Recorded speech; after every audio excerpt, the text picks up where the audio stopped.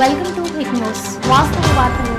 గంజాయి మత్తులో నలుగురు యువకులు కలిసి ఒక వ్యక్తిపై దారుణంగా దాడి చేసి చంపారు. వివరాలకు వెళ్తే తరుణ్ అలియాస్ తొట్టు అనే యువకుడిపై కత్తితో దాడి చేసి పొడిచి హత్య చేశారు. బాలంరాయి అంబేద్కర్ నగర్ లో నిన్న రాత్రి 9:30 స్నేహితులతో కలిసి ఇల్లందుల తరుణ్ అనే యువకుడు బస్తీ చౌరస్తాలో వేయబడ్డాడు. అతిగా వెళ్తున్న గుర్తు తెలియని యువకుడు ఇల్లందుల తరుణ్ భుజం తాకడంతో ఘర్షణ మొదలైంది. ఈ ఘర్షణ కాస్త పెద్దదవ్వడంతో గుర్తు తెలియని యువకులు అప్పటికే గంజాయి మత్తులో ఉండటంతో ఇల్లందుల తరుణ్పై దాడి చేశారు. ఈ క్రమంలో తరుణ్ తమతో ఉన్న కత్తితో పొడవడంతో అధిక రక్తస్రావంతో అక్కడికక్కడే మృతి చెందాడు.